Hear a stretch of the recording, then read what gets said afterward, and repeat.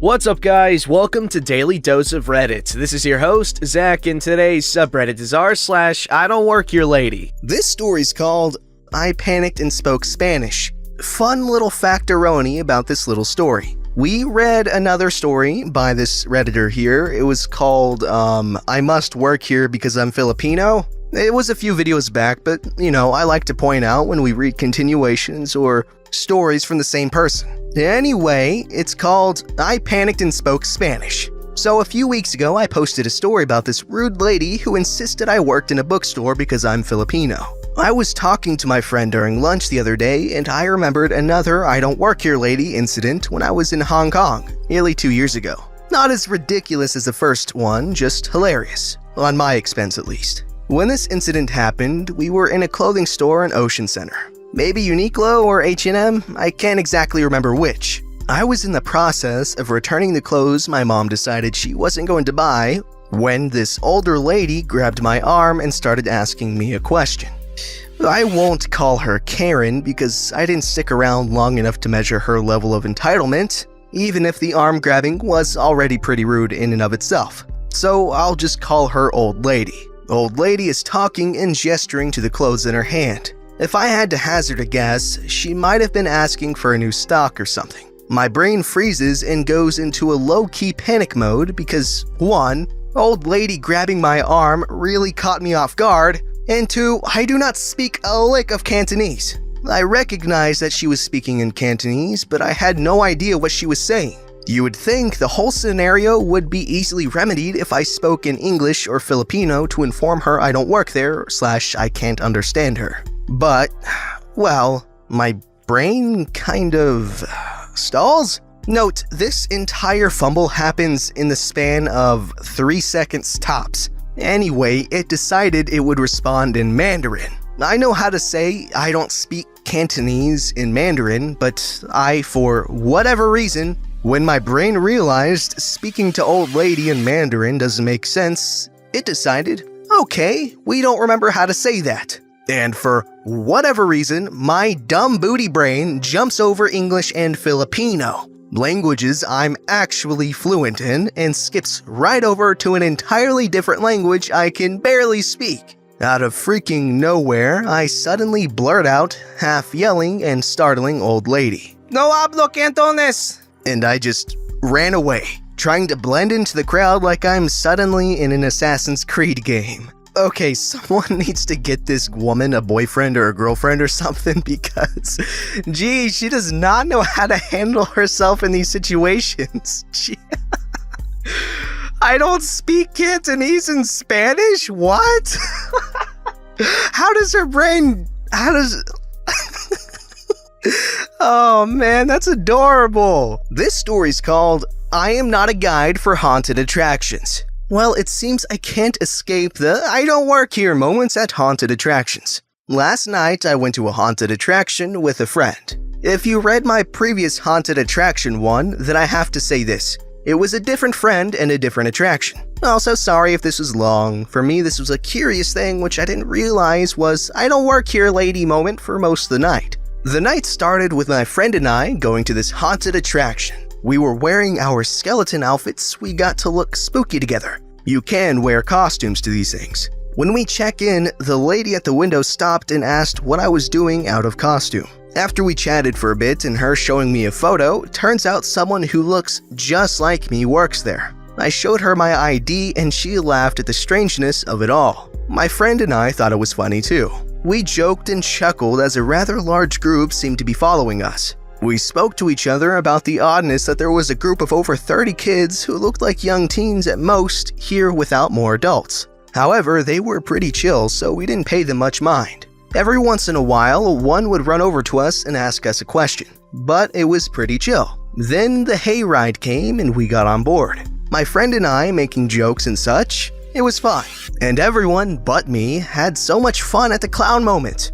I am scared of clowns, and the clowns used this to their advantage to have me say the iconic horror line, "He's behind me, isn't he?" And the clowns saying stuff like, "We know where you live!" All in good fun. And since we knew some people who worked at this attraction and playing the clowns, they pretty much pulled me around the hayride for kicks. Gotta love having friends who are scaring professionals. After the hayride, my friend and I chatted on which part to do next. Is it just me or are we surrounded?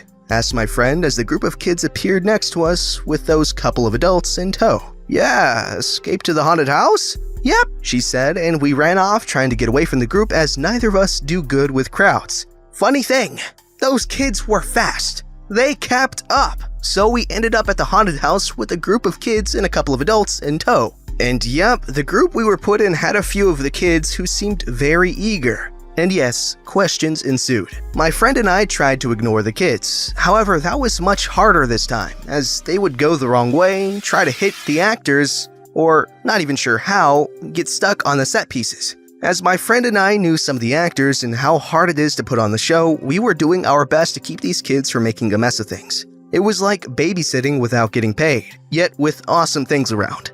Bright side was no one complained about the fact my friend and I were having fun trying to spook each other out too. I mean, I did disappear at one point to the haunted house as part of a magic act, only to jump out from behind a tombstone at the graveyard. Best placement of an exit tunnel ever. After the haunted house, my friend and I got some drinks because we were thirsty and pondered about the bathroom. The kids were still nearby and asking us for permission to do stuff like get drinks. To which we said, why should we care? If you want to, you can. You just have to buy it, so if you don't have any money for it, you can't get it. So we went to the haunted maze. Again, kids from the group were following us. By the time it was our turn, the whole group of kids were in the line with a couple of adults in tow.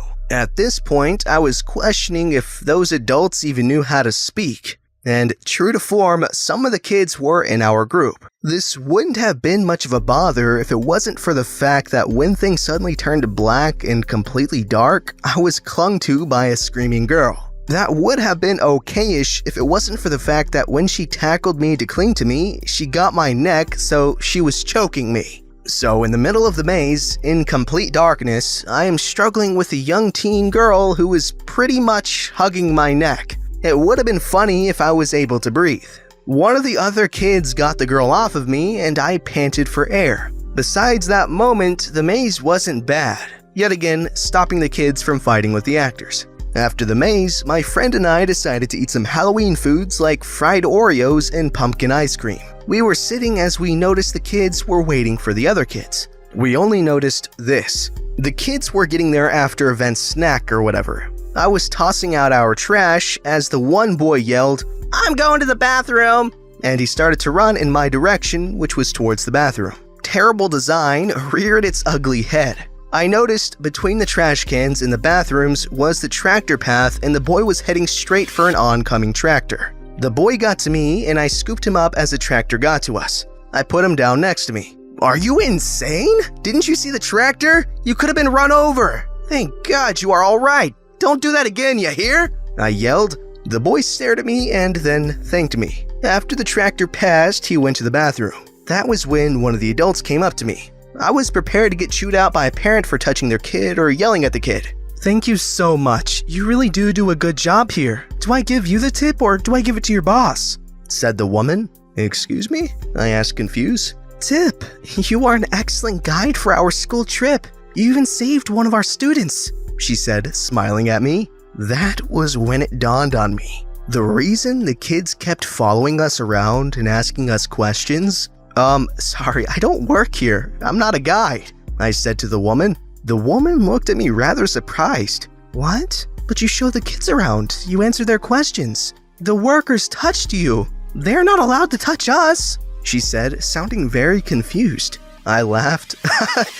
Yeah, you see, those were my friends. They work here. I don't. So yeah, my friends know I will play along and we would never hurt each other. So yeah, not a guide, just a friendly person who didn't want to see anyone get hurt. But if you are their teacher, you should tell them not to pick fights with the people working here. That's an issue. No one wants to get hurt, I said to her. She smiled and walked off to the group. I rejoined my friend and told her what was going on. She got a laugh out of it. We were chilling out for a bit, still drinking some hot cocoa, when the group of kids and the adults came up to us and all said thank you together before they left. Man, I wish my school did school trips like this, said my friend. Me too. Not sure if they really are a school, but with that many kids per an adult, I sure hope so. I replied before we left and went to enjoy watching Halloween movies for the rest of the night. Don't you love wholesome Halloween stories? They don't all have to end up like, someone or multiple people getting their heads chopped off or throats slit or, myriad of other violent things. But anyways, this was wholesome, and we gotta really appreciate the Redditor here for being really patient and nice, and also obviously saving that kid's life. That's a big deal to just be so nonchalant about. Moving on. This story's called, Today I Forklift Up by Shaving My Butthole Before First Date. So, the Today I Fudged Up happened last night, but this requires some background explanation. This is gonna be a TMI, too much information, but that's kinda the nature of Tifu. So whatever. I'm a sporty person, mountain biking, hiking year-round, etc. I also have, apparently, a hairy butthole, which means wiping the old pooper can be somewhat of a chore at times. Sometimes, unbeknownst to me, not everything gets removed. And I don't know if you have ever let somewhat digested stomach acid, aka the Taco Bell runs, gently rub between your greater cheeks for an entire day before, but it ain't fun.